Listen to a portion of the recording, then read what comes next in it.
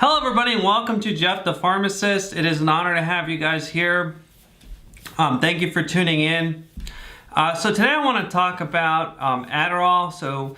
I think Adderall is probably a very controversial drug. It's probably, if any drug was characteristic of my generation, the millennials, could probably be Adderall. It was really out there. I know when I was in high school, people took Adderall. I know people took it to study. People had ADD and took it. People didn't have ADD and took it. People went to the doctor and pretended to have it and took it. So I just want to talk about it. It's a very interesting drug to me. It's interesting that it's such a powerful drug that is given to very young people. So I personally think it's overprescribed. I think that I have noticed that it's often given more to people in lower income categories. So I don't know what that's about. It seems like a lot of the people on Adderall also have the Medicaid insurance, and maybe wealthier people try different things first. I don't know. Or maybe they don't trust maybe wealthier people don't trust their doctors as much as people in lower income category. I don't know what it is, but it seems to be that there's a little bit of a disparity there. So there's a few things that are often brought up with Adderall. First of all, is it related to meth. So methamphetamine is like this scary street drug. There was a whole AMC channel thing around meth, the Breaking Bad. It's got its own aura kind of around it. And then, is it related to Adderall? And I would say yes, it is. It is very much related to Adderall. There's actually a methamphetamine. Methamphetamine is not a banned substance, which is kind of funny. It is a Control 2 substance in the United States. So you think about controlled drugs. Control 2 is a drug that is addictive, but it has a medical purpose, which is kind of funny or tragic or whatever. But if you look at a drug like marijuana, is a control. It's a Control 1 drug that is legal in states and all this stuff, but it has no medical purpose. So methamphetamine is actually technically prescribable, and it is available for the treatment, I believe, for the treatment of ADD under the brand name Desoxin. So I never see that prescribed. I think it's probably just because of the aura around the drug more than the efficacy of it. So in my opinion, I think ADD drugs should be kind of a last resort. I think that they have their usefulness, but I kind of think they're overprescribed. So with that being said, I just want to say how they work. So Adderall is a central nervous system stimulant.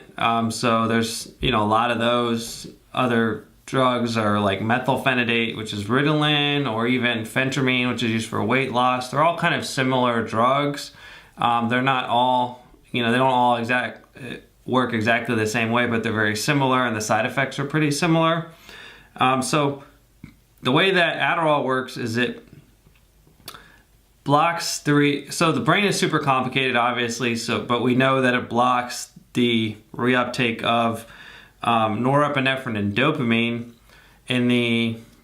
so more of that builds up in the synaptic cleft, and it causes a kind of an excitatory sort of a thing to happen. And then you have this cascade of effects like increased blood pressure, increased heart rate, alertness, difficulty sleeping, loss of appetite. So you can look at drugs like phentermine that are stimulants that are actually used for weight loss.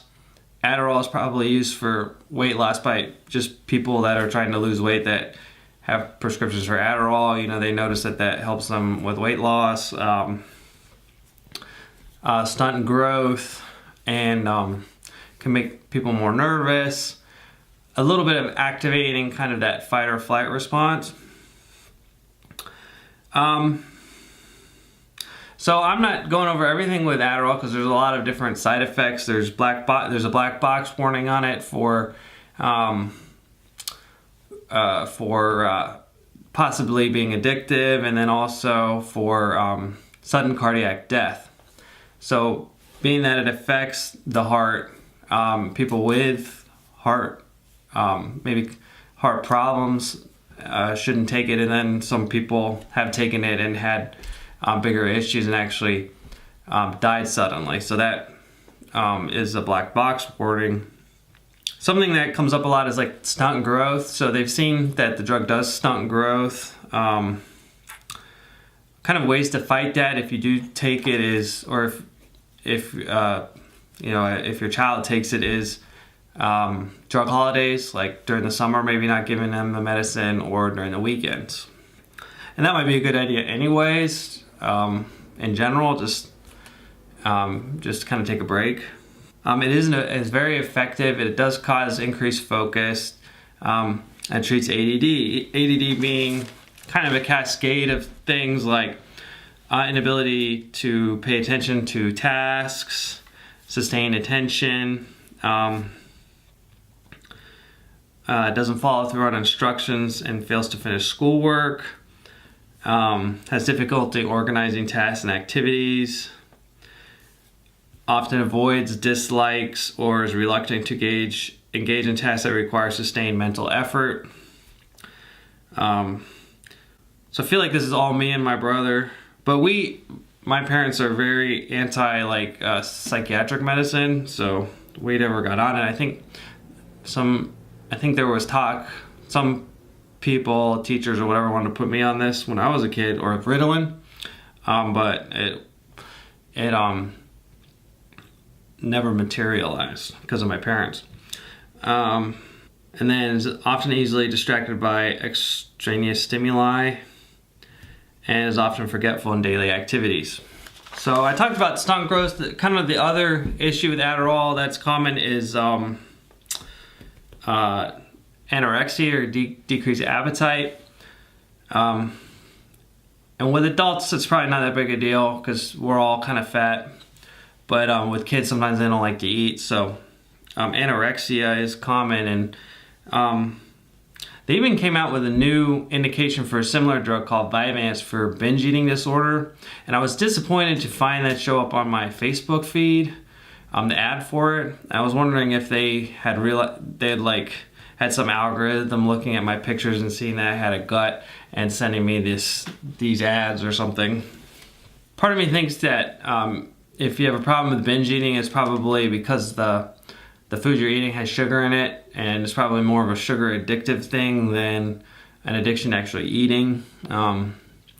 Because people probably aren't binge eating on steaks and cubes of butter. I mean, it's probably more like binge eating like donuts and things like that. It's probably more sugar related. And if you can find a drug that blocks sugar from the gut, you could probably make $1 billion. Metformin sort of does, but if you could find a drug that blocks like most of the sugar from coming through the gut. So Adderall can affect people with heart problems, and especially if people overdose or take too many doses, that could be an issue. There's a lot of other issues with Adderall. For instance, it's often recommended that certain people with some psychiatric issues that include a manic state shouldn't take it because Adderall could make that worse. But there's a lot of drug interactions and things. I don't talk about everything. You know, obviously you need to talk to your doctor if you're on it, and I would consult a pharmacist. Because there's a lot of issues with all these drugs. A big one for Adderall is monoamine oxidase inhibitors. So those are older psychiatric medications that interact with Adderall. So I think kind of like my feeling on Adderall is that I think that in my experience that it is useful for some patients. Like, it is helpful. It's a good drug for some people. I think it is definitely overused. I don't think it should be the first thing that we go to. And I feel like in all of these studies, they always say that it should be part of a comprehensive treatment program, and then they just, when drugs get out into the world, they sort of lose the comprehensive treatment program, and then they just throw a pill at the problem. So there really should be part of a strategy. It shouldn't be the whole strategy. So I hope you all found this interesting. If you did, please give me a thumbs up. And please subscribe. It would be a great honor to have you as a subscriber. I hope you guys enjoyed this, found it useful. It's not everything about the drug. It's not meant to replace any professional advice, but I hope you all found it useful. I want to thank you guys for watching. Thanks a lot.